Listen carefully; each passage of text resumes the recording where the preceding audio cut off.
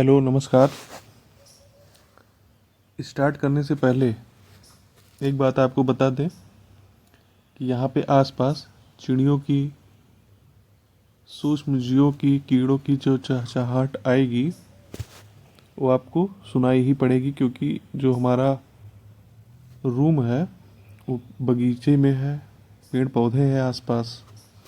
दूसरी बात कि ये जो मैं कराने जा रहा हूँ यूपी का, ये यूपी एसएससी में जो अभी तक आए हुए क्वेश्चन हैं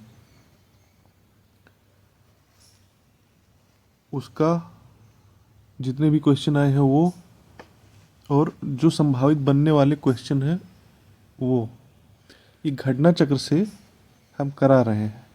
तो अभी जितने एग्ज़ाम होंगे यूपीएसएससी, चाहे लेखपाल हो, यूपी पीसीएस हो, या अपर हो, लोअर हो पीसीएस का, आरओ हो, सब में बहुत उपयोगी है। और इसमें से अधिकतर क्वेश्चन आपको प्रश्न पत्र में देखने को मिलेंगे। तो चलिए स्टार्ट करते हैं। इसके बाद हम यूपी का जो इसमें यूथ कंपटीशन है उसको भी कराएंगे, लेकिन पहले इसको हम कंप्लीट कर लेते हैं। तो चलिए स्टार्ट करते हैं हम क्वेश्चन नंबर 1 से। तो क्वेश्चन नंबर 1 क्या है कि पंचायती राज प्रशिक्षण संस्थान, ये पंचायती राज प्रशिक्षण संस्थान उत्तर प्रदेश में कहाँ स्थित है? तो कहाँ स्थित है, इसका आंसर क्या हो जाएगा? सी। अब इसमें जो इसकी व्याख्या है, तो हाँ, इसकी व्याख्या क्या है कि पंचायती राज प्रशिक्षण संस्थान उत्तर प्रदेश में अलीगंज लोहिया भवन में स्थित है। ध्यातव्य है कि पंचायती राज प्रशिक्षण विभाग के अंतर्गत राज्य स्तरीय पंचायती राज प्रशिक्षण संस्थान प्रिट को स्थापित करने का निर्णय लिया गया था। ठीक है, ये प्रिट। अब चलते हैं हम क्वेश्चन नंबर 2 पर। ये क्वेश्चन बहुत इम्पोर्टेंट है।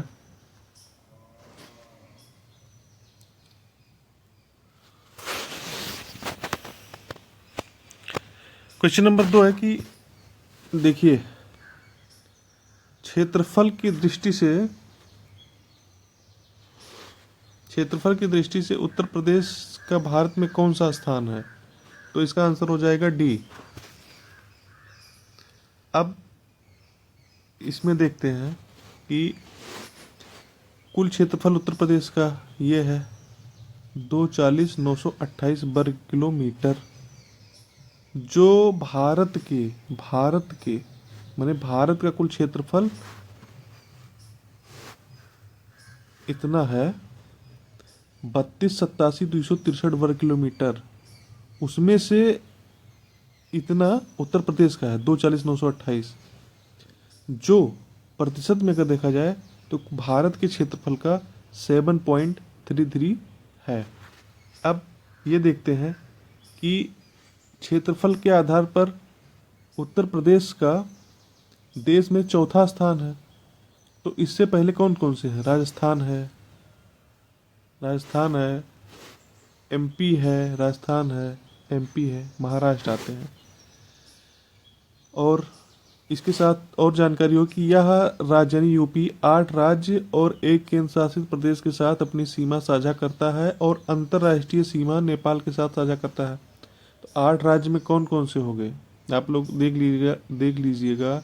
हरियाणा है, हिमाचल है, राजस्थान है, एमपी है, छत्तीसगढ़ है, बिहार है, झारखंड है, राजस्थान है, तो उत्तराखंड है, ऐसे ऐसे है, और 1 केंद्र शासित प्रदेश है दिल्ली। अब चलते हैं हम लोग क्वेश्चन नंबर 3 पर। कह रहा है कि जनगणना 2000 के अनुसार उत्तर प्रदेश का लिंगानुपात क्या होगा? तो लिंगानुपात देखो, बी आंसर दिया है 912/1000 अनुपात। इसका मतलब ये है कि 1000 पुरुषों पर महिलाओं की संख्या, ये है। तो हो गया इसका 912। अब देखते हैं इसकी व्याख्या। ये बहुत है, आप नोट्स भी बना सकते हैं। यहाँ से आप एक पेपर और पेन लेके बैठे तो आप शॉर्ट में नोट्स बना सकते हैं, जो कि रिवीजन करने में आपके लिए बहुत फ़ायदेमंद होगा। तो 2011 की जनगणना के अंतिम आंकड़ों के अनुसार यूपी का लिंगानुपात यानी सेक्स रेशियो 912 महिलाएं पर 1000 पुरुष है। जनसंख्या की दृष्टि से यह भारत का सबसे बड़ा राज्य है जनसंख्या की दृष्टि से, जिसकी कुल जनसंख्या, ये देखो, ये पूछा जा सकता है ये चीज़, जिसकी कुल जनसंख्या 19.98 करोड़ है। लगभग 20 करोड़ जनसंख्या है। जैसे जनगणना 19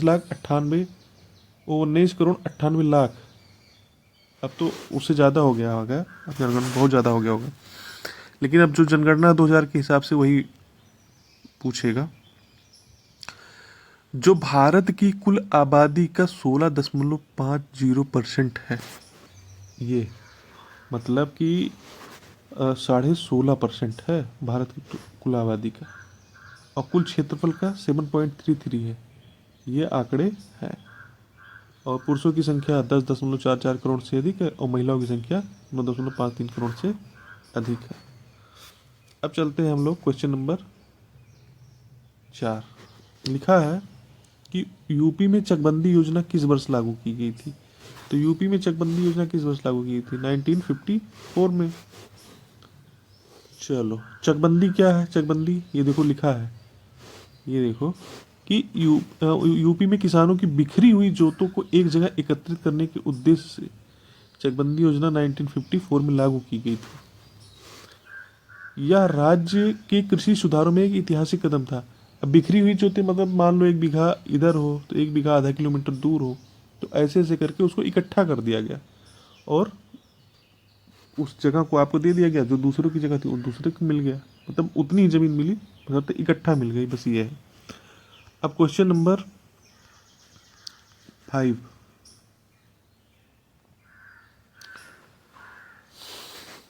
उत्तर प्रदेश का सबसे बड़ा पक्षी विहार कौन सा है? उत्तर प्रदेश का सबसे बड़ा पक्षी विहार कौन सा है? तो ये है लाख बहोसी पक्षी विहार। अब लाख बहोसी है। अब इसमें जितने भी ऑप्शन हैं, ये तो बी ऑप्शन सही हो गया, जितने भी ऑप्शन हैं ये भी सही हो गया। आपको जानना है कि चंद्रशेखर आज़ाद पक्षी अभयारण्य नवाबगंज कहाँ है। इसका नाम नवाबगंज पक्षी अभयारण्य भी है और चंद्रशेखर आज़ाद पक्षी अभयारण्य भी है। तो ये आपका पड़ेगा उन्नाव में। सांडी पक्षी विहार कहाँ है? ये हरदोई में, देख लीजिएगा जहाँ तक मैं कंफर्म हूँ। शेखा झील पक्षी विहार कहाँ है? ये अलीगढ़ में है। तो शेखा झील जो है रामसर साइट हुआ है। और सबसे देखो इसकी शेखा झील की देखो, ये रामसर साइट है। राज्य का सबसे छोटा पक्षी विहार है शेखा झील पक्षी विहार, रामसर साइट है। भारत का ये 99 पक्षी विहार है। और यूपी का ये देख लीजिएगा 12वां है शायद, देख लीजिएगा। लेकिन इस राज्य का सबसे छोटा पक्षी विहार भी है। और अभी रिसेंटली ये रामसर साइट भी हुआ है। ठीक है, अब चलते हैं क्वेश्चन नंबर नेक्स्ट पर। क्वेश्चन नंबर हमारा अगला क्या होगा?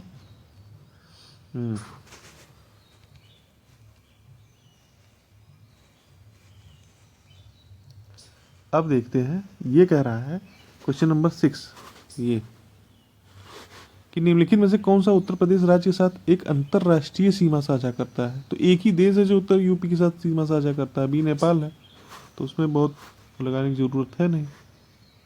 और अब ये चीज़ यहाँ जानना जरूरी है कि नेपाल की सीमा यूपी के साथ साथ उत्तराखंड, बिहार, पश्चिम बंगाल, सिक्किम, ये उत्तराखंड, बिहार, पश्चिम बंगाल और सिक्किम के साथ साझा करती है। मतलब नेपाल की सीमा यूपी से, उत्तराखंड से, बिहार से, पश्चिम बंगाल से, सिक्किम से साझा होता है। अब चलते हैं क्वेश्चन नंबर 7वें पर,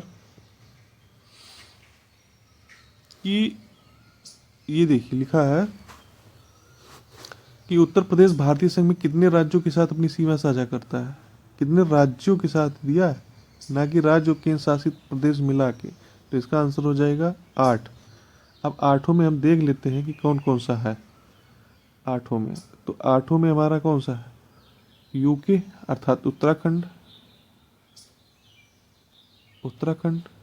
हिमाचल, हरियाणा, राजस्थान, एमपी, छत्तीसगढ़, झारखंड, बिहार साथ सीमा साझा करता है। केंद्र शासित प्रदेश दिल्ली के साथ भी और नेपाल के साथ इंटरनेशनल बॉर्डर शेयर करता है। अब चलो भैया देखते हैं क्वेश्चन नंबर 8। तो क्वेश्चन नंबर 8 क्या है कि यूपी का निम्नलिखित में से कौन सा जिला इस राज्य के अन्य, लिखो क्वेश्चन देखना, कि यूपी का कौन सा जिला इस राज्य के अन्य जिलों से घिरा हुआ है, यानी कि किसी भी अन्य राज्य या देश के साथ सीमा साझा नहीं करता है। तो इसका आंसर हो जाएगा, क्या हो जाएगा, हरदोई होगा। ओके, ये देखो हरदोई, ये answer number option C, Hardoi C है। इसका मतलब ये हुआ कि देखो ऑप्शन में और क्या क्या दिया है, सहारनपुर। तो लिखा है कि यूपी, क्वेश्चन है कि कौन सा जिला इस राज्य के अन्य जिलों से घिरा हुआ है, यानी किसी भी राज्य या देश के साथ सीमा साझा नहीं करता है। तो सहारनपुर उत्तराखंड के साथ सीमा साझा करता है, देवरिया इधर बिहार के साथ सीमा साझा करता है, ललितपुर एमपी के साथ सीमा साझा करता है। तो हरदोई ही तो बचा जो नहीं सीमा साझा करता है। तो अब हम क्वेश्चन नंबर इसको ये देखिए, सहारनपुर, ये सहारनपुर हरियाणा, उत्तराखंड, हिमाचल प्रदेश, मतलब सीमा सहारनपुर की हरियाणा के साथ, यूके यानी उत्तराखंड, और हिमाचल प्रदेश के साथ, देवरिया की सीमा बिहार के साथ, ललितपुर की सीमा मध्य प्रदेश के साथ साझा करती है। अब हम लोग क्या करेंगे कि क्वेश्चन नंबर 9, क्वेश्चन नंबर 9 क्या है कि यूपी के किस शहर में आपको निम्नलिखित राजसी घाट मिलेंगे। अस्सी घाट, मणकणिका घाट, हरिश्चंद्र घाट। तो इसका आंसर हो जाएगा, सीधी सी बात है, ऑप्शन नंबर बी। तो हाँ, बी। अब लिखा है यूपी के राज्य के सभी प्रसिद्ध 80 घाट, मणकणिका घाट, हरिश्चंद्र घाट प्राचीन नगरी काशी में स्थित है। ये सभी घाट गंगा नदी के तट पर स्थित है। चलिए क्वेश्चन नंबर 10 करते हैं कि उत्तर प्रदेश राज्य का कौन सा जिला नेपाल के साथ अपनी सीमा साझा नहीं करता है। अब इसमें से आपको ढूंढना है कि कौन सा नहीं साझा करता है। तो इसमें जो है उत्तर प्रदेश का, इसमें ऑप्शन हो जाएगा सी, सीतापुर। अब देखते हैं इसकी व्याख्या। कहते हैं कि सीतापुर जिले की सीमा नेपाल सीमा को स्पर्श नहीं करती है। अब ये देखना है कि उत्तर प्रदेश के 7 जिले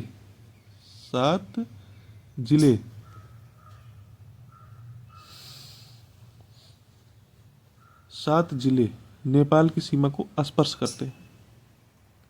अब इसमें कौन सा है, महाराजगंज, सिद्धार्थनगर, बलरामपुर, बहराइच, पीलीभीत, श्रावस्ती, लखीमपुर खीरी।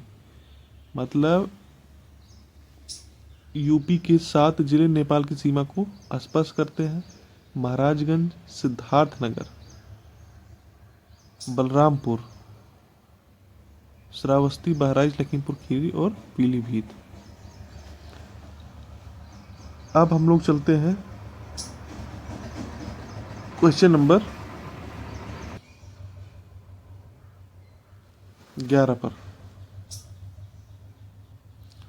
क्वेश्चन नंबर 11 क्या है कि यूपी का कौन सा जिला यूपी और बिहार की सीमा पर स्थित है इसमें से? तो इसका तो डी हो जाएगा, ये बलिया। अब लिखा है यूपी और बिहार की सीमा पर स्थित उत्तर प्रदेश के जिले। उत्तर प्रदेश के जिले जो सीमा पर है, जिसकी सीमा बिहार से लगती है, उसमें कौन सा है? कुशीनगर है, महाराजगंज है, देवरिया है, बलिया है, गाजीपुर है, चंदौली है, सोनभद्र है। कुशीनगर, महाराजगंज, देवरिया, बलिया, गाजीपुर, चंदौली, सोनभद्र, ये भी है। अब चलते हैं क्वेश्चन नंबर 12। उत्तर प्रदेश में सबसे कम क्षेत्रफल वाला जनपद कौन सा है? तो ये क्वेश्चन नंबर 12।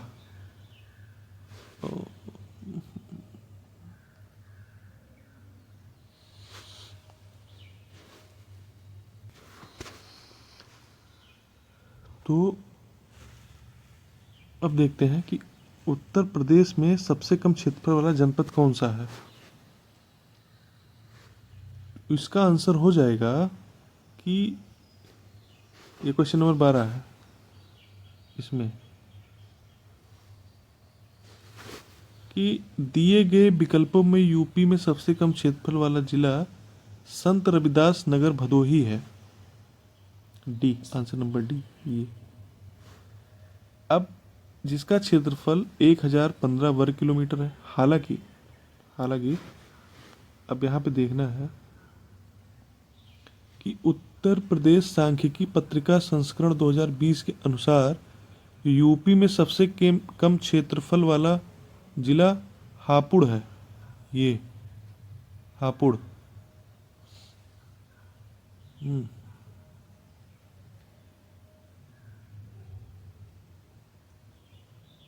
ये जिसका क्षेत्रफल 660 वर्ग किलोमीटर है। तो लखीमपुर खीरी यूपी का सबसे बड़ा क्षेत्रफल वाला जिला है, जिसका क्षेत्रफल 7680 वर्ग किलोमीटर, यानी सबसे बड़ा क्षेत्रफल वाला अगर जिला पूछा जाए तो लखीमपुर खीरी है, और सबसे छोटा हापुड़ है। अब क्वेश्चन नंबर 12। अब हम लोग चलते हैं क्वेश्चन नंबर 13 पर। 13। अब थोड़ा फास्ट करते हैं, नहीं तो बहुत ज़्यादा क्वेश्चन करवाना है। ये होगा क्वेश्चन नंबर 13 कि मॉडर्न कोच फैक्ट्री कहाँ पर स्थित है? तो ये बी हो जाएगा, रायबरेली में, क्वेश्चन नंबर 13 का। अब क्या होगा? रेलवे के आधुनिक डिब्बों के निर्माण के लिए मॉडर्न कोच फैक्ट्री रायबरेली में स्थापित की गई है। उत्तर प्रदेश, भारी उद्योगों का जाल बिछा हुआ उत्तर प्रदेश में। अब देखो वाराणसी में, यहाँ पे बनारस लोकोमोटिव वर्क्स प्रमुख है, जहाँ रेल इंजनों का निर्माण होता है, और कानपुर को उत्तर भारत का मैनचेस्टर कहा जाता है। अब चलते हैं हम लोग क्वेश्चन नंबर 14।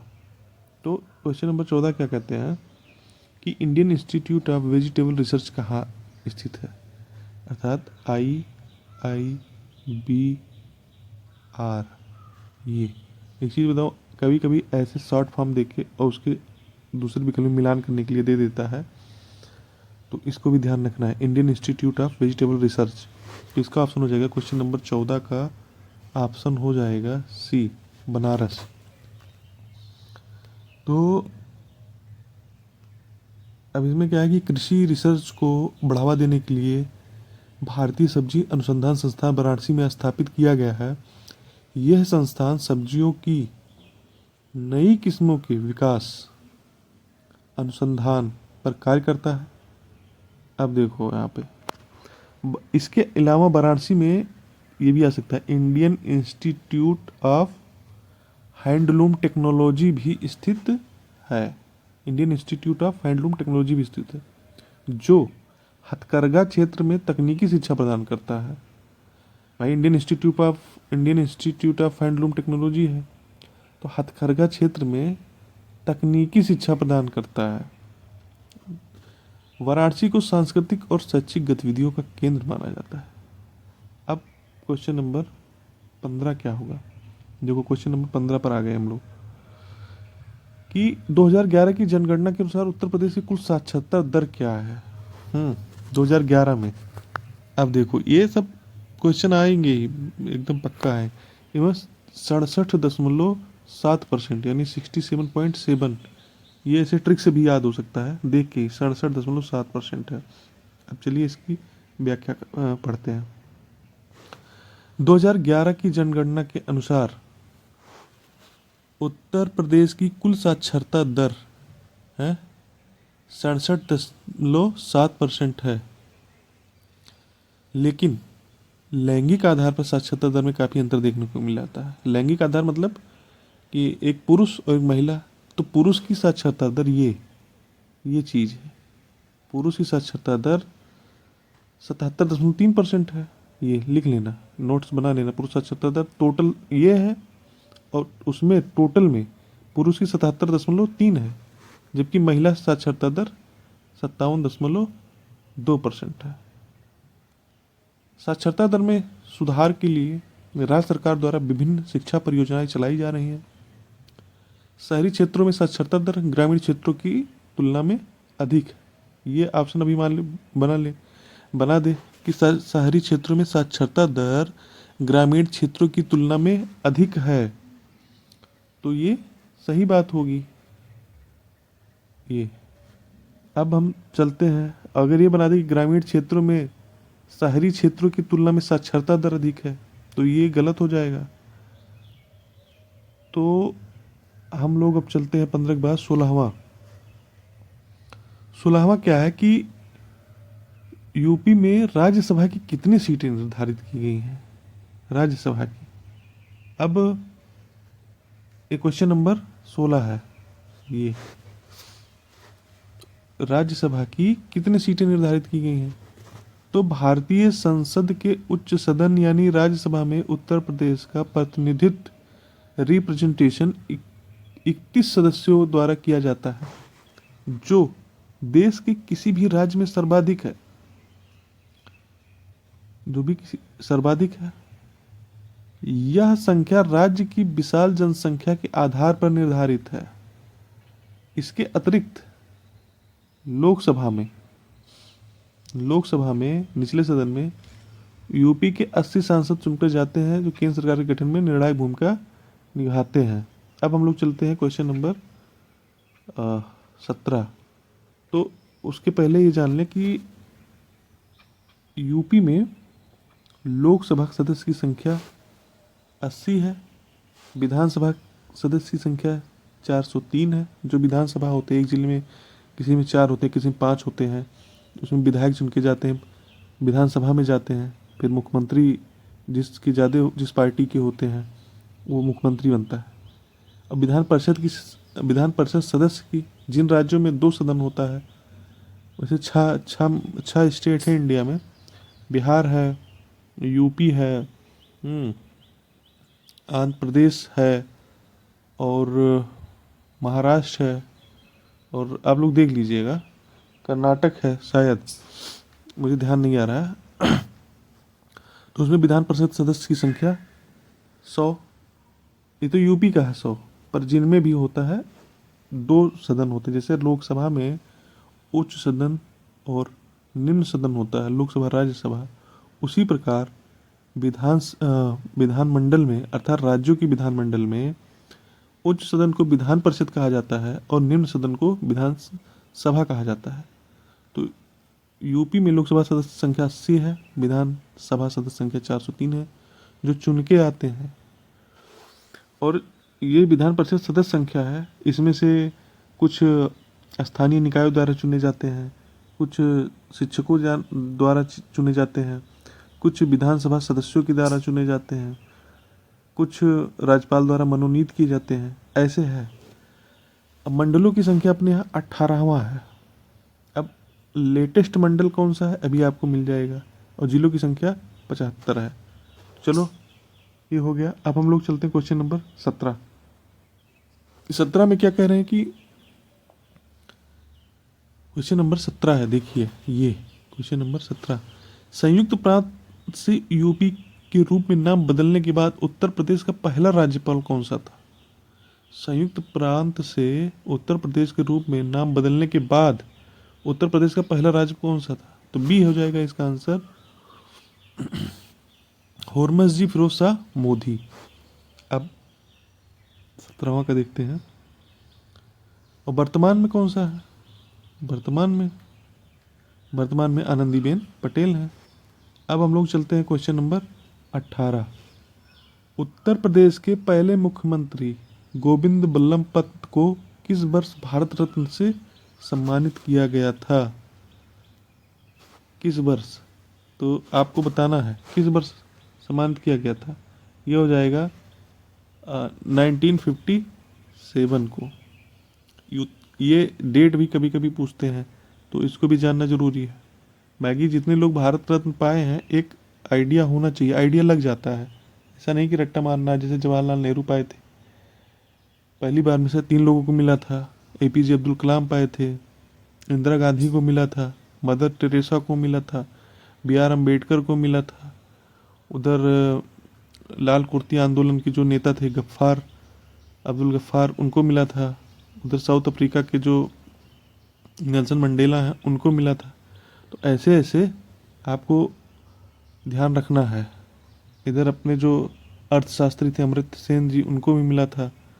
चलिए अब चलते हैं क्वेश्चन नंबर 19। सॉरी, इसका देख लेते हैं पहले 18वां का, कि गोविंद बल्लभ पंत उत्तर प्रदेश के प्रथम मुख्यमंत्री थे। एक तो ये हो गया। अगर पूछा जाए प्रथम मुख्यमंत्री कौन थे, तो गोविंद बल्लभ पंत हो गया। उन्हें 1957 में भारत रत्न से सम्मानित किया गया था। गृह मंत्री के रूप में उनका मुख्य योगदान भाषा के अनुसार राज्यों में विभक्त करना। मतलब जो गृह मंत्री के रूप में उनका मुख्य योगदान भारत को भाषा के अनुसार राज्यों में विभक्त करना और हिंदी को भारत की राजभाषा के रूप में प्रतिष्ठित करना था। ये इनका बहुत अच्छा योगदान था। अब हम लोग चलते हैं क्वेश्चन नंबर 19। निम्नलिखित में से किसने यूपी राज्य के राज्यपाल का पदभार कभी नहीं संभाला? निम्नलिखित में से किसने उत्तर प्रदेश राज्य के राज्यपाल का पदभार कभी नहीं संभाला? अब ये है कि चंद्रभानु गुप्ता, आंसर ए है चंद्रभानु गुप्ता। बाकी SP मोदी ने भी संभाला था, कन्हैयालाल मणिलाल मुंशी जी ने भी राज्यपाल यूपी के थे। ये भी थे, रामकृष्ण राव भी थे। 2016 में ग्राम विकास अधिकारी में क्वेश्चन पूछा है। तो चलिए क्वेश्चन नंबर 19 का हम लोग इसका थोड़ा सा व्याख्या देखते हैं क्या है।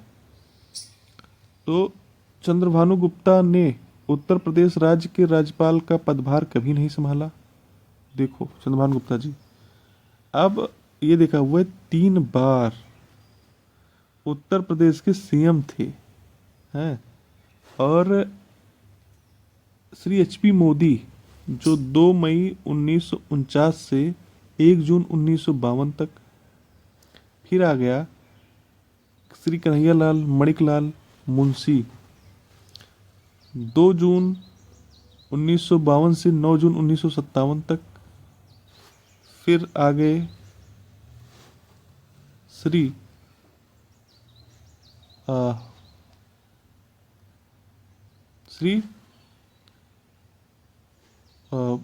रामकृष्ण राव।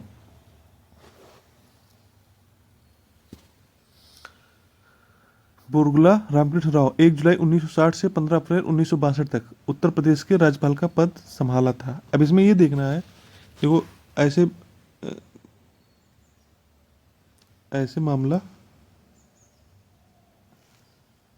SP मोदी 1949 से 1952 तक थे, मणिलाल मुंशी 1952 से 1957 से थे, दोनों लगातार थे। और ये देखो 1960 से 1962 तक थे, बीच में गैप हुआ है 3 साल का। अब चलते हैं, मतलब उस बीच में कोई दूसरा था। अब चलते हैं क्वेश्चन नंबर 20। क्वेश्चन नंबर 20 को हम लोग देखते हैं। ये लिखा है कि दिए गए विकल्पों में यूपी के किस ऐतिहासिक स्मारक को यूनेस्को की विश्व धरोहर सूची में सबसे पहले शामिल किया गया था। सबसे शामिल किया, क्वेश्चन नंबर 20। अब चलो इसकी देखते हैं। 20, अब देखो इसमें ऑप्शन क्या क्या है। फतेहपुर सीकरी, ताजमहल और आगरा किला, अब सारनाथ स्तूप, बड़ा इमाम बाड़ा। अब चलो इसकी व्याख्या पढ़ते हैं क्वेश्चन नंबर 20 की। कि 1983 में, 1983 में है, 1983 में ताजमहल और आगरा किले को यूनेस्को की विश्व धरोहर सूची में शामिल किया गया था। और ताजमहल और आगरा, ये और ये ताजमहल और आगरा का किला, ये दोनों आगरा में है और दोनों को 1983 में शामिल किया गया था। ये यूपी से शामिल होने वाले पहले स्मारक थे। अब देखिए, अब 1983 में तो दोनों शामिल हो गए और 1986 में फतेहपुर सीकरी को इस सूची में जगह मिली थी। चलिए नेक्स्ट, ये क्वेश्चन बहुत इंपॉर्टेंट है। CDRI, central drug research institute, यानी केंद्रीय औषधि अनुसंधान संस्थान, तो ये तो लखनऊ में है। अब चलिए, अब लखनऊ में है। अब इसकी हम लोग व्याख्या पढ़ते हैं कि CDRI लखनऊ में है। यह CSIR यानी वैज्ञानिक और औद्योगिक अनुसंधान परिषद, यानी council of scientific and industrial research के तहत काम करने वाली एक प्रमुख लेबोरेटरी है, यानी प्रयोगशाला है। लखनऊ में इस वैज्ञानिक शोध के कई अन्य महत्वपूर्ण संस्थान भी मौजूद हैं। देखो, ये जो CDRI है, ये CDRI है, ये लखनऊ में है, लेकिन ये किसके अंतर्गत काम करती है? CSIR के अंतर्गत काम करती है। लिखा है लखनऊ में वैज्ञानिक शोध के कई अन्य महत्वपूर्ण संस्थान भी हैं, जैसे भारतीय विश्व विज्ञान अनुसंधान संस्थान, राष्ट्रीय वनस्पति अनुसंधान संस्थान। अब हम लोग चलते हैं क्वेश्चन नंबर 22 पर। ये इसका नोट्स बना लेना, नोट कर लेना। ये लखनऊ डाल के ये तीनों आप नोट कर लेंगे। फिर और भी मान लीजिए उससे मिलते हैं, थोड़ा सा स्पेस रखेंगे, उसमें ऐड करते जाएंगे। 2011 की जनगणना के अनुसार यूपी की जनसंख्या की वृद्धि प्रतिशत क्या है? तो इसमें देखो, ऑप्शन तो इसमें भी है। ये क्वेश्चन नंबर 22 है कि 2000 जनगणना के अनुसार उत्तर प्रदेश की जनसंख्या की वृद्धि प्रतिशत क्या है? वृद्धि प्रतिशत क्या है? ये इंक्रीजिंग। तो देखते हैं, 2011 की जनगणना के अनुसार उत्तर प्रदेश की जनसंख्या की वृद्धि 20.23% है और 2011 में 15वीं जनगणना संपन्न हुई थी। मतलब जो 2001 में जनसंख्या थी उसके मुकाबले 20.23% जनसंख्या बढ़ी हुई है। जितना जनसंख्या थी उसकी 20% जनसंख्या और हो गई, बढ़ गई। अब हम लोग चलते हैं क्वेश्चन नंबर 23 पर। क्वेश्चन नंबर 23 क्या है? आराम से पढ़ेंगे, 1 मिनट आराम से पढ़ेंगे, तो क्योंकि याद नहीं करना है, बस आराम से पढ़ते हैं, समझते चलना है। तो इससे क्या होता है कि दिमाग में वो फिट हो जाता है। बहुत फास्ट पढ़ने से दिक्कत होती है। एक बार पढ़ा जाए और अच्छे से पढ़ा जाए। तो 2000 जनगणना के अनुसार उत्तर प्रदेश में सर्वाधिक साक्षर जिला कौन सा है? ये देखिए क्वेश्चन नंबर 23 कि उत्तर प्रदेश का सर्वाधिक साक्षर जिला कौन सा है? तो ये हो जाएगा कानपुर नगर। कानपुर नगर। अब हाँ, अब हम लोग चलते हैं, पढ़ते हैं कि जनगणना 2000 के अनुसार उत्तर प्रदेश की कुल साक्षरता दर, ये तो अभी हम लोगों ने पढ़ा था, कुल साक्षरता दर ये 67.7% है और पुरुष साक्षरता दर 77.3% है। देखो सब साथ साथ ही है, ऐसे कनेक्ट करना है। और महिला 57.2% है। ये महिला 57.2% है। यानी टोटल अगर देखा जाए तो 67.7% है। और इसे अगर 10 कम किया जाए तो 57 बचता है। तो उसमें 57.2% महिला साक्षरता दर है। और 67, देखो 67 में अगर 10 कम किया जाए तो 57 इससे कनेक्ट हो जाएगा, ये महिला साक्षरता दर हो गई। और 67 में अगर 10 ऐड किया जाए तो 77.3 आ जाएगा, ये पुरुष साक्षरता दर है। ठीक। यूपी के सर्वाधिक साक्षरता दर वाले जिले कौन से हैं? तो इसमें हो जाएगा आपका गौतम बुद्ध नगर, कानपुर नगर और औरैया। 3 जिले, गौतम बुद्ध नगर, कानपुर नगर, औरैया। अब देखो, चूंकि अगर इसमें गौतम बुद्ध नगर दिया रहता तो गौतम बुद्ध नगर तो सबसे ज़्यादा है ही है, लेकिन उसकी जगह कानपुर होने के नाते हमको कानपुर करना पड़ेगा। अगर कानपुर बिना दिया रहता, औरैया दिया रहता तो औरैया करना पड़ता। तो अब हम चलते हैं अगले क्वेश्चन पे। क्वेश्चन नंबर 24 क्या है कि जनसंख्या के मामले में, क्वेश्चन नंबर 24 क्या है, जनसंख्या के मामले में यूपी भारत के राज्यों में किस पायदान पर स्थित है? तो इस तो बहुत सिंपल बात है, ये तो सभी जानते हैं कि पहले पायदान पर है। Question number 24। अब हम लोग चलते हैं क्वेश्चन नंबर,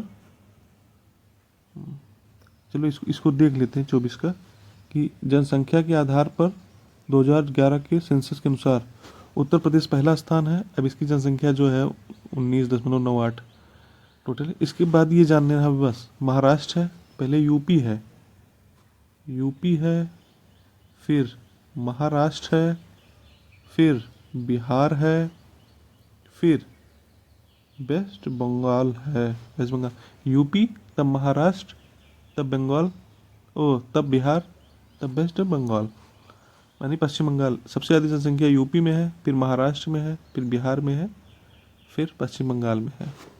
अब हम चलते हैं क्वेश्चन नंबर 25।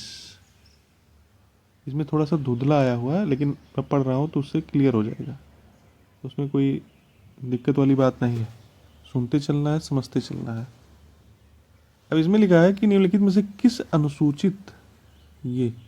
किस अनुसूचित जनजाति की जनसंख्या उत्तर प्रदेश में सबसे अधिक है? तो इसका आंसर हो जाएगा थारू। तो इसका हो जाएगा आंसर थारू, क्योंकि इसमें अगरिया है, बुक्सा है, बैगा है, थारू है, तो इसमें थारू हो जाएगा। अब हम लोग ऑप्शन, इसमें विकल्प में पढ़ते हैं कि थारू यूपी राज्य में सबसे आबादी वाली जनजाति है। 1967 में थारू को अनुसूचित जनजाति के रूप में अधिसूचित किया गया था। ये बहुत इंपॉर्टेंट पॉइंट है कि 1967 में थारू को अनुसूचित जनजाति के रूप में अधिसूचित किया गया था। चलिए, हाँ, तो कहाँ थे हम लोग? यूपी में, हाँ, अनुसूचित जनजाति की संख्या सबसे अधिक है, तो थारू की है। तो इसमें क्या है कि ये 1967 में थारू को अनुसूचित जनजाति के रूप में अधिसूचित किया गया था। अब यह है कि थारू हिंदू धर्म का पालन करती है तथा मूल रूप से एक कृषक आदिवासी समुदाय है। मतलब कृषक भी है और ट्राइबल कम्युनिटी भी है, मतलब खेती बाड़ी करते हैं ये लोग। तो अब हम लोग चलते हैं, क्वेश्चन नंबर 25 था, अब क्वेश्चन नंबर 36।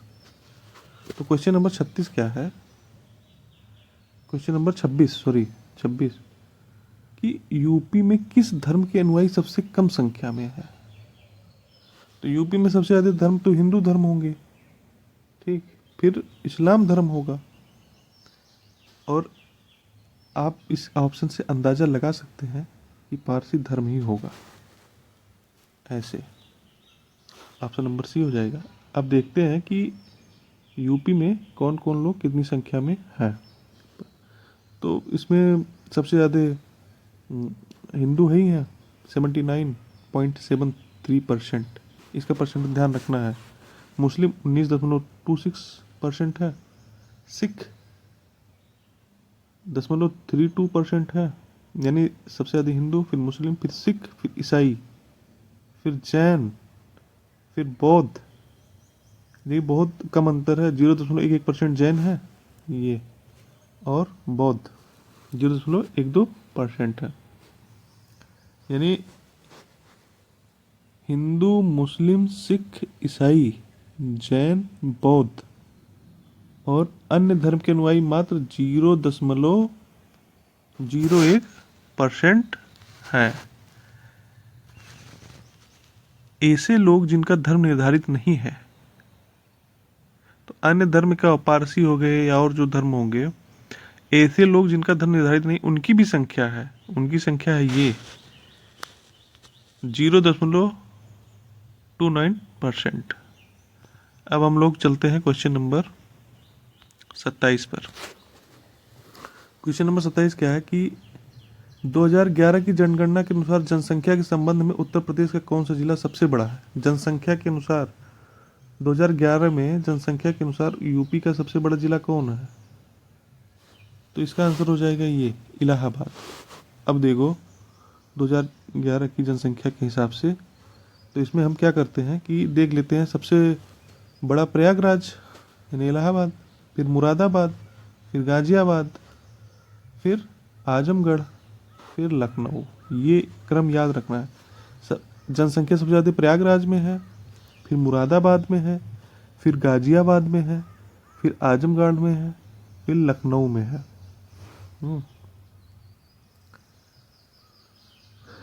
अब ये चीज़ ध्यान रखना है। अब हम लोग चलते हैं क्वेश्चन नंबर 28। क्वेश्चन नंबर 28 क्या कहता है कि जो हमारा सेक्स रेशियो है, क्वेश्चन नंबर 28 ये कि वर्ष 2011 में 998 से वर्ष 2011 में तक पहुंचा है।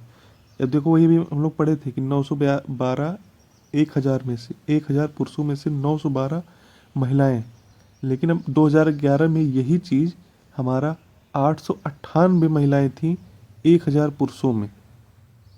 तो हमारा जो है ये रेशियो 1000 पर 14 बढ़ा है, 14 बढ़ा है 2011 में महिलाओं की संख्या 1000 पर 14 बढ़ा है। 2 10 12, हाँ, अब 912 हो गया है। Question number 28। अब चलते हैं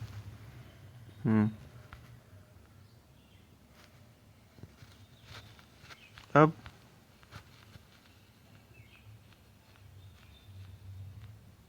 क्वेश्चन नंबर 29।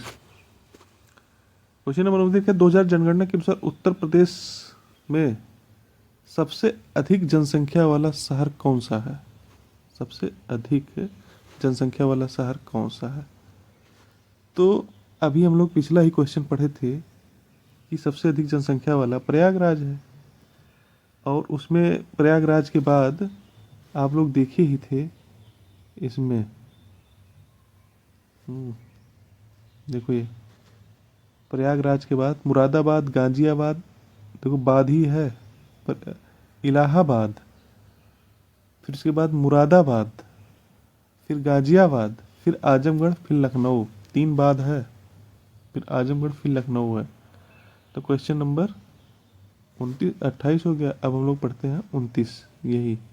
तो इसमें जो जनसंख्या था उसमें 4-5 ऑप्शन में, उसमें लखनऊ सबसे लास्ट में था और इसमें लखनऊ दिया हुआ है, तो लखनऊ होगा। अब हम लोग पढ़ते हैं क्वेश्चन नंबर 30।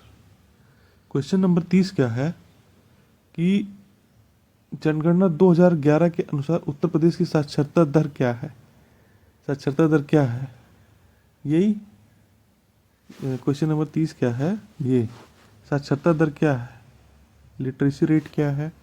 तो 67.68% है, वही अभी हम लोग पढ़े थे, 67.68% है। अब इसमें सबसे बड़ी बात ये जान लेना है कि 2011 की तुलना में 11% की वृद्धि हुई है। ये बहुत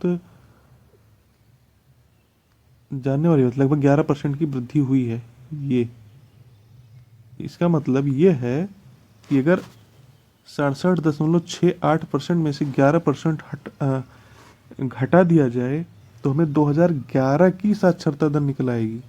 तो घटाने की जरूरत है, यहाँ दिया है जो केवल 56.27% थी, 56.27% ही थी 2011 में, जो कि हमारी महिला साक्षरता दर से भी कम थी। जो 2011 की महिला साक्षरता दर है 57.2%, उससे भी कम टोटल साक्षरता दर थी। चलो अब देखो, पुरुष साक्षरता दर 77.28%। तो हम आपको बताए थे कि जो टोटल साक्षरता दर है उसमें 10 जोड़ देंगे तो पुरुष का हो जाएगा, आइडिया लग जाएगा। और महिला साक्षरता दर है 10, घटा देंगे। अब चलो हम लोग पढ़ते हैं क्वेश्चन नंबर 31 कि 1 जनवरी 2016 को उत्तर प्रदेश का डायरेक्टर जनरल ऑफ पुलिस किसे नियुक्त किया गया था? वे 2016 का है, तो इसमें कोई बहुत जावेद अहमद है। अब करंट में क्या है? करंट में राजीव कृष्ण है। इस समय करंट में राजीव कृष्ण है, जहाँ तक हमारी जानकारी के हिसाब से। बाकी आप देख लीजिएगा, इस पर न्यूज़ वगैरह पढ़िए तो ध्यान लगाए रहिए, उसमें हमेशा आते रहते हैं। अब क्वेश्चन नंबर 31 हो गया। अब क्वेश्चन नंबर 32। अब क्वेश्चन नंबर 32 पूछ रहे हैं कि उत्तर प्रदेश राज्य का बजट 2016-17 का वार्षिक बजट अनुमान 2015-16 के वास्तविक बजट अनुमान की तुलना में कितने % अधिक हुआ है? तो अब ये क्वेश्चन पूछा गया था 2016 में, तो इसकी प्रासंगिकता अब चलिए इसमें तो देख लेते हैं, 14.61%। अब चलिए ये 2016 का बजट हम देख लेते, 2026-27 का बजट देख लेते हैं। चलो 2016-17 का भी देख लेते हैं। इसमें लिखा है कि 2016-17 में प्रस्तुत बजट का आकार 346,935 करोड़ रुपए है। ठीक, जो 2016-17 2015-16 के बजट के सापेक्ष 14.6% अधिक है। अब देखो, वित्तीय वर्ष अभी जो 2026-27 बजट का आकार, ये जानना बहुत जरूरी है। 2026-27 का बजट हो गया है, प्रस्तुत हो गया है, तो इसका साइज क्या है, आकार क्या है कि 912 यानी 9,12,696.35 करोड़ रुपए। तो ऐसे देख लेंगे, 9,12,696.3 करोड़ रुपए, ये पूछा जा सकता है, जो पिछले वर्ष के बजट अनुमान की तुलना में 12.9% अधिक है। अब ये हो गया 32। अब हम लोग चलते हैं क्वेश्चन नंबर,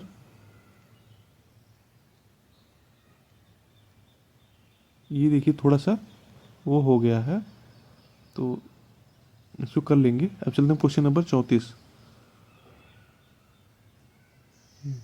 क्वेश्चन नंबर 34 क्या है?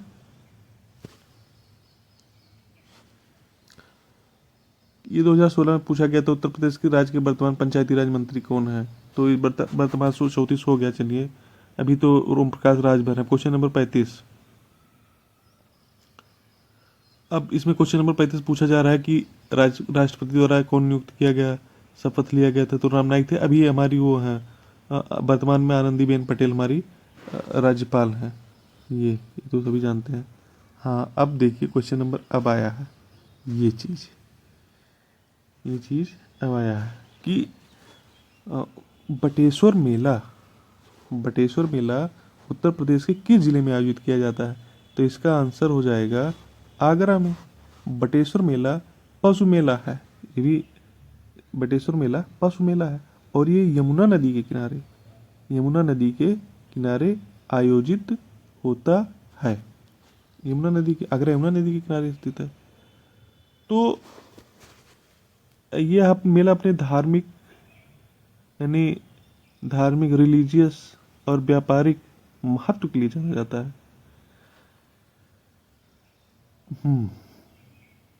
सांस्कृतिक दृष्टि से ब्रज क्षेत्र बहुत समृद्ध है।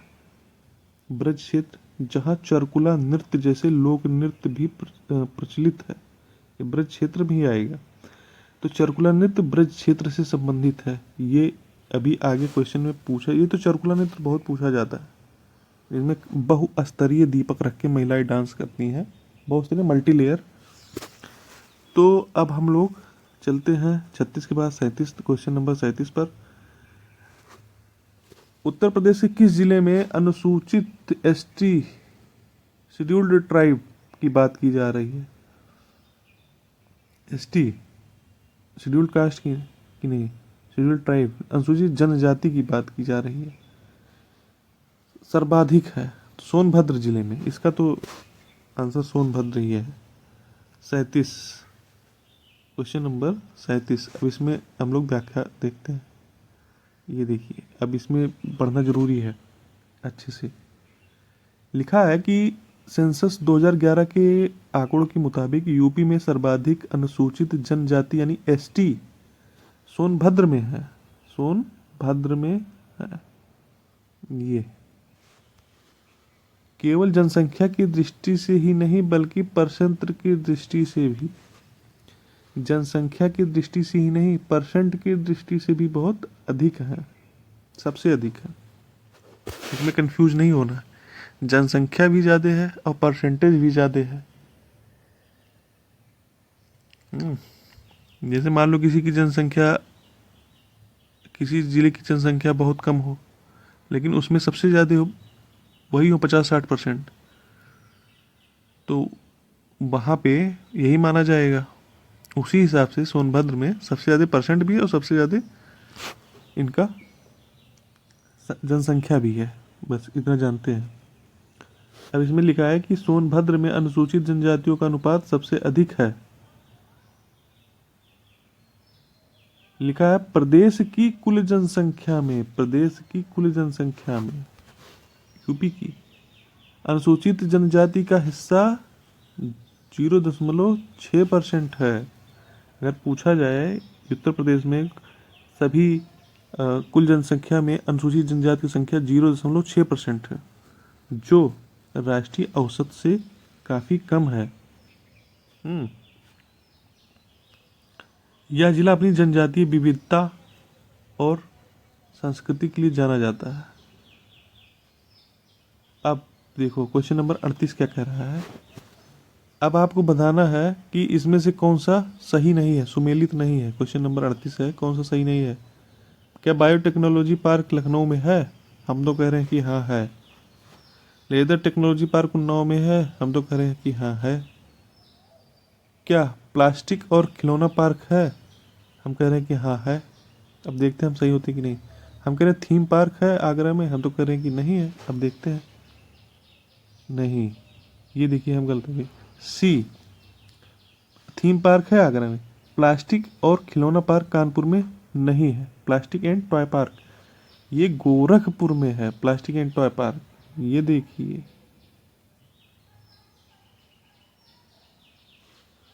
ना कि कानपुर में। कानपुर टेक्सटाइल तथा कपड़ा, होजरी और चमड़ा उद्योग के लिए जाना जाता है और सभी सुमेलित। तो क्वेश्चन नंबर 38 के बाद क्वेश्चन नंबर 39। ये देखिए अच्छा क्वेश्चन है। गौतम बुद्ध को महापरिनिर्वाण किस स्थान पर प्राप्त हुआ था?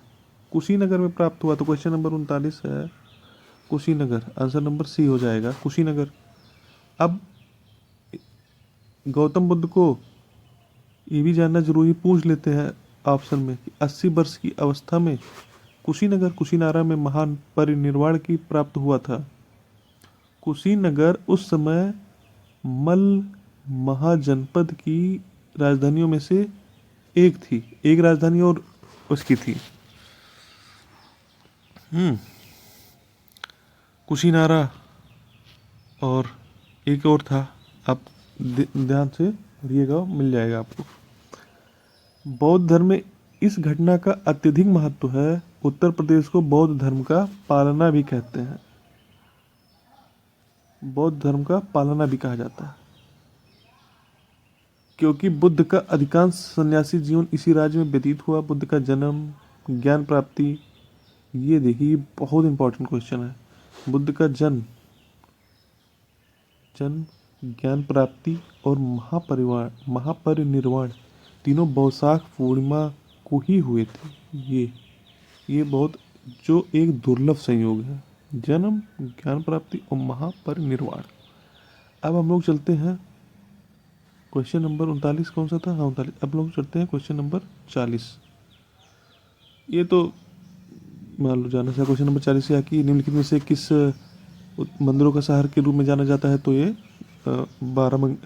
वाराणसी हो जाएगा। अब हम लोग चलते हैं क्वेश्चन नंबर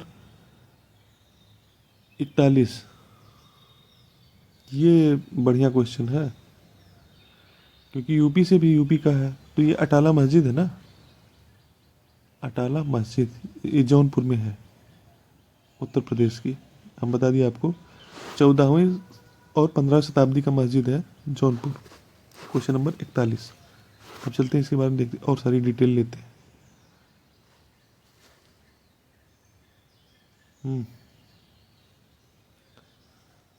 ये देखिए,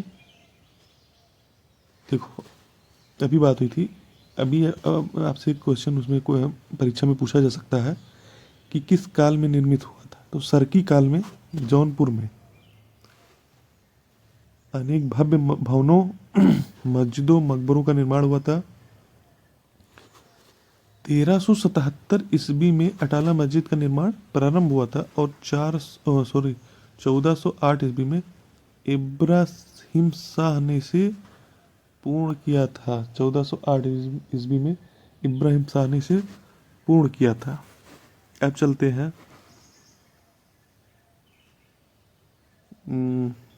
हम लोग पढ़ते हैं क्वेश्चन नंबर 42। अब इसमें दिया है कि भाई क्वेश्चन नंबर 42 है कि फर्रुखाबाद कला का पर्याय बन गया। किस कला का? हाथ छपाई का, चूड़ियों का, मिट्टी के बर्तन का, चित्रकला का। देखिए हमें तो लग रहा है कि हाथ छपाई का होगा, देखते हैं। 42, हाँ हाथ छपाई। क्वेश्चन नंबर 42 हाथ छपाई का, ये ऑप्शन नंबर ये हो जाएगा, हाथ छपाई। अब देखते हैं, मिट्टी का बर्तन किसी अलग का होगा, चूड़ियाँ फिरोजाबाद की जानते ही हैं। तो मिट्टी का बर्तन अलग है और मिट्टी के खिलौने अलग हैं, अभी आपको पता चलेगा। ब्लैक पॉटरी, इसमें नजीमाबाद है और गोरखपुर है, ऐसे कई जगह है, अभी आपको सब क्लियर होगा। तो 42 हम देखते हैं, फर्रुखाबाद हाथ की छपाई, ये हो गया। फर्रुखाबाद बरसों से हाथ से छपाई की कला का प्रसिद्ध पर्याय बन गया है। अब हम लोग चलते हैं क्वेश्चन नंबर 43। प्रसिद्ध बांके बिहारी मंदिर उत्तर प्रदेश के किस शहर में स्थित है? तो ये होगा आपका वृंदावन में। क्वेश्चन नंबर 43 का सी यही होगा, ये सी जो है वृंदावन में। 43 का आंसर सी होगा। अब इसको देख लेते हैं। प्रसिद्ध बांके बिहारी मंदिर उत्तर प्रदेश के मथुरा जिले के वृंदावन शहर में अवस्थित है। बांके बिहारी कह रहे हैं, बांके बिहारी कृष्ण का ही एक रूप है जो इस मंदिर में प्रदर्शित किया गया है। अब चलते हैं क्वेश्चन नंबर 44। लिखा है क्वेश्चन नंबर 44 क्या है कि यूपी के बुद्ध ने अपना पहला उपदेश दिया और अपनी कार्यविधि की नींव रखी थी। कहाँ दिया था? ये लिखा है यूपी के। अपना पहला उपदेश दिया था किस, कहाँ दिया था? संकिसम दिया था, श्रावस्ती में दिया था, सारनाथ में दिया था, कुशीनगर में दिया था। सीधी सी बात है कि सारनाथ में दिया था। तो सारनाथ के बारे में जान लेते हैं थोड़ा सा कि उत्तर प्रदेश वाराणसी के निकट, सारनाथ वाराणसी के निकट है। बुद्ध ने अपना पहला उपदेश दिया और कार्यविधि की नींव रखी। गौतम बुद्ध ज्ञान प्राप्ति के उपरांत सर्वप्रथम, ज्ञान प्राप्त तो बिहार में किया था उन्होंने, बोध गया में।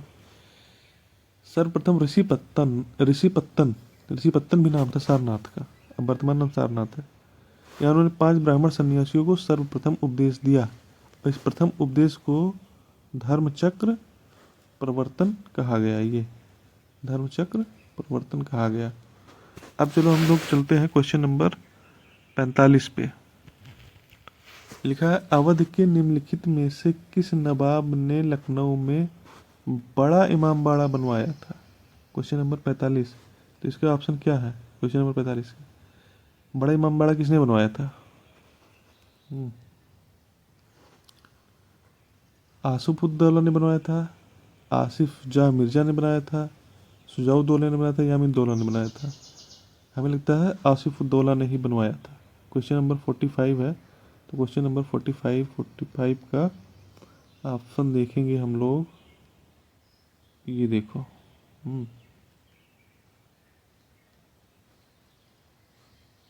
आसिफउद्दौला नहीं बनवाया था। ए ऑप्शन ये सही होगा उसका।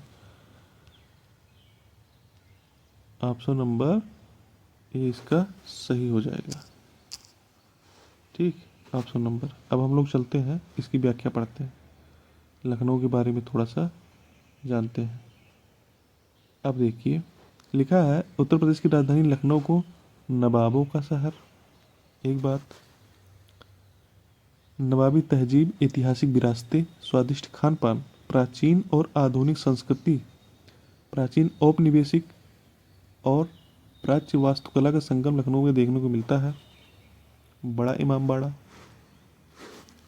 रूमी दरवाज़ा, कैसर बाग, रेजिडेंसी, घंटाघर।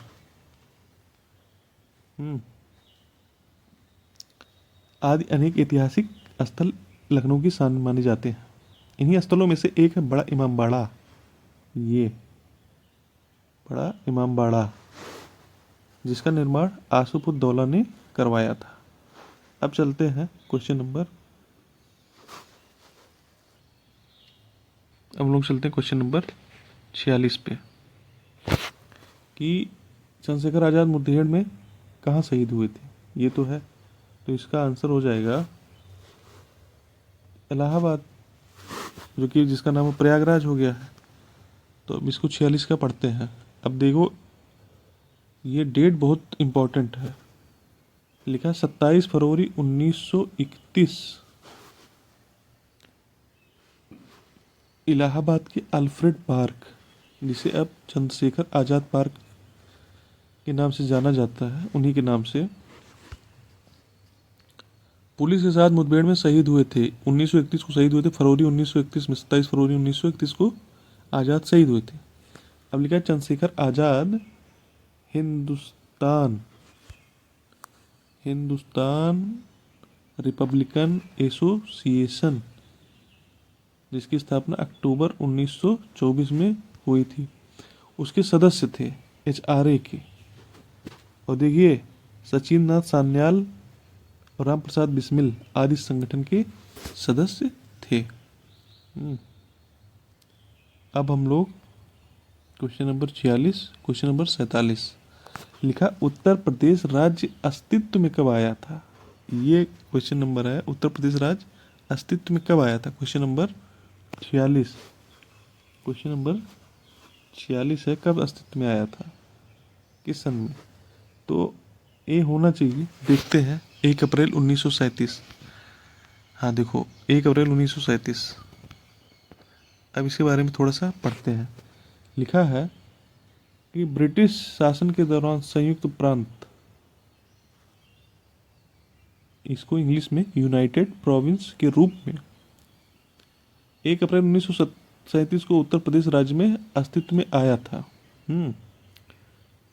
मतलब संयुक्त प्रांत के रूप में 1 अप्रैल 1937 को उत्तर प्रदेश राज्य अस्तित्व में आया था। इसके पूर्व मतलब जब 1 अप्रैल 1937 को इसे संयुक्त प्रांत कहा गया, और इसके पहले आगरा एवं अवध के संयुक्त प्रांत कहा गया, जिसे संयुक्त प्रांत कहा जाता था। और स्वतंत्रता प्राप्ति के पश्चात 24 जनवरी 1950 को इसका नाम बदलकर उत्तर प्रदेश कर दिया गया। 24 जनवरी उत्तर प्रदेश कर दिया गया। 9 नवंबर 2000 को उत्तर प्रदेश का विभाजन करके भारत के 27वें, अब 9 नवंबर उत्तर प्रदेश का विभाजन हुआ होगा तो किसके साथ हुआ है? उत्तराखंड के साथ हुआ है। उत्तर प्रदेश का विभाजन करके उत्तराखंड के साथ हुआ है।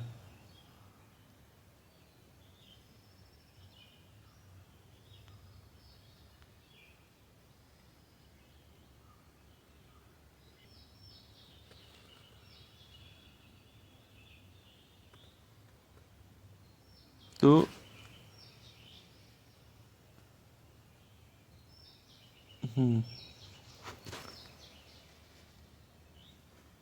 ये हो गया।